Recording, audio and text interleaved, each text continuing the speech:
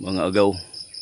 Ito po yung nangyari kagabi, bandang alas 10:50 ng gabi, November 22. Sa kasagsagan po ng sobrang lakas ng ulan na nagdulot po ng baha dito sa bayan ng Osamis. At sinabayan po ng malakas na hangin. Ayan. Ito pong malaking puno na to ay nabuwal. Yan. Ito po yung kanyang mga ugat. Sa laki ng kanyang puno ay napakaliit po ng mga ugat niya. So dahil po sa malambot na yung lupa ay nabuwal po. Sinabayan pa po ng sobrang lakas ng hangin kagabi. Yung bugso niya ay parang mayroong bagyo. Yan, so kung makikita natin ay wala po siyang malalaking ugat na nakahawak sa lupa. So ito po ay maliliit lang. Yan. Sobrang liit. Naakalain mo ay maliit na puno lang yung nakatindig dito. So yan po yung lupa.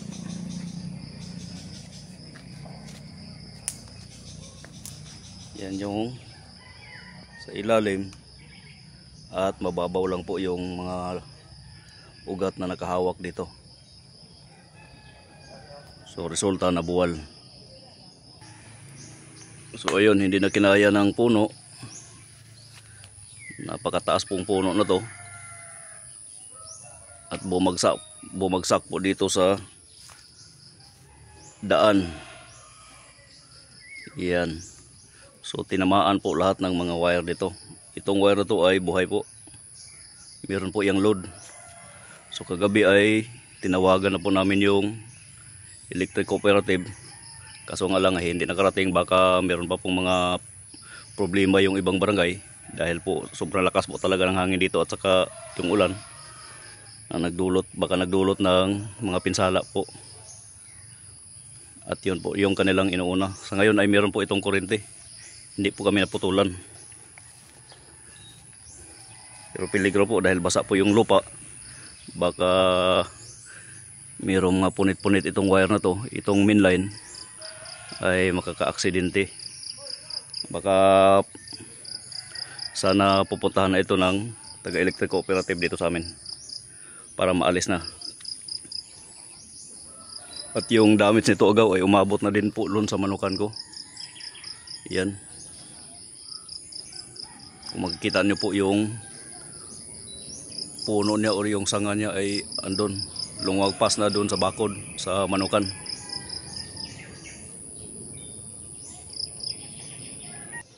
At itong poste ko po ay bumigay din. Yan, makita nyo, muntik nang mabali. At saka yung poste doon sa likuran na malaki ay bumigay din. Tumagilid ng konti. So ito na po yung wire niya. Abot kamay na po. So peligro po ito sa mga bata dahil meron po itong kuryente. Yan, ito po yung daanan namin. Palabas. Patungo doon sa Barangay Road. Yan.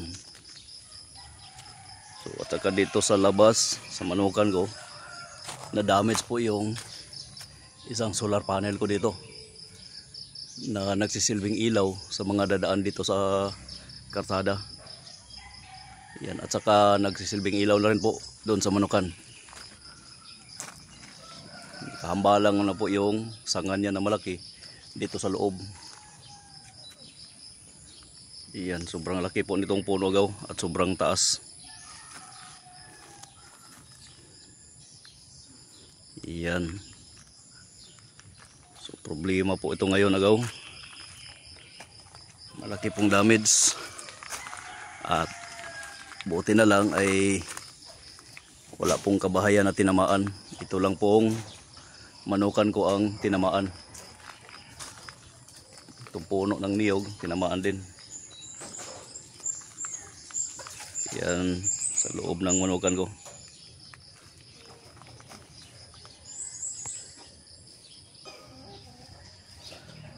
Ayan, nakahambalang na sa daan yung malaking puno. Dito naman sa Manukan Gugaw, yan, makita niyo po ay pumasok po yung malaking sanga niya doon sa loob. Ayan, kung makikita nyo ay umabot ito yung sanga. Buti na lang at noong nakaraang linggo ay naalis ko na yung dalawang flying pin dito. Merong isa dito at saka merong isa dito. Yan. At walang na-damage dito na sobra, na malaki. So ito lang yung solar na pailaw namin sa gabi. Yan yung poste na yan. Bakal, yun po yung nadali. Wasak. So malalaki na po yung sanga dito. Yan. Lumagpas na dito sa bakod. Pumasok dito sa loob ng Manukan.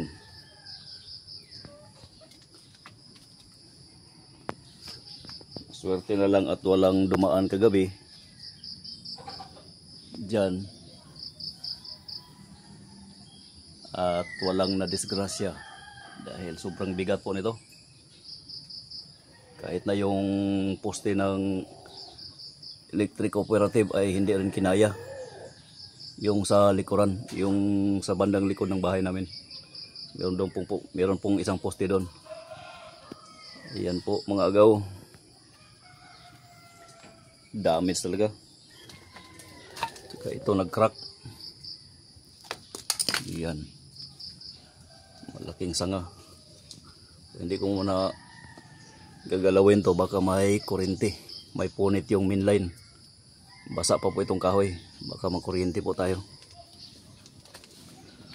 So ganyan po yung nangyari kagabi dito sa amin. Ang pinag-alala ko ay hindi po tuluyang naputol yung kuryente, yung main line.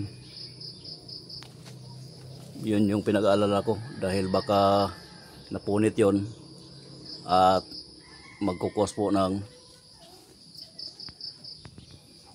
apoy o sunog sa balat ng kable. Ayan.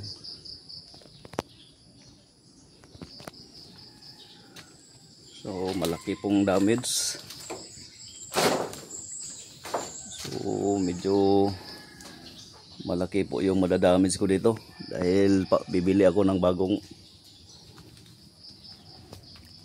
tubo na bakal na itatayo ko para sa panibagong poste na kakabit doon sa linya namin patungo doon sa bahay, linya ng kuryente.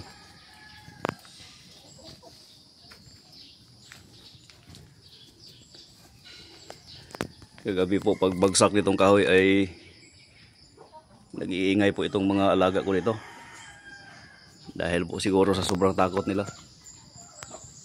Yan. Buti na lang itong nasa loob ng kulungan eh hindi po masyadong tinamaan itong flying pin na to. Dahil yung malaking sanga ay nakasandal po doon sa mga sanga ng o dahon ng niyog. Kaya hindi po tumama ng gusto dito sa bubong ng flying pin. Yan. So makikita nyo, balik-balik na yung mga dahon ng niyog. Ayan. So sana ay pupunta na ito ng taga electric cooperative para maalis na itong kahoy na to, itong puno na to. Ito po ay live. Yan po yung main line. Ito po yung linya sa bahay namin. Itong wire na to ay na-vlog ko na rin po dati dahil naputol po yung banda dun. Sa ngayon ay hindi naputol pero yung poste yung tumumba halos tumumba. Yan, hanggang dito na lang mga agaw. Maraming salamat po sa inyong panonood.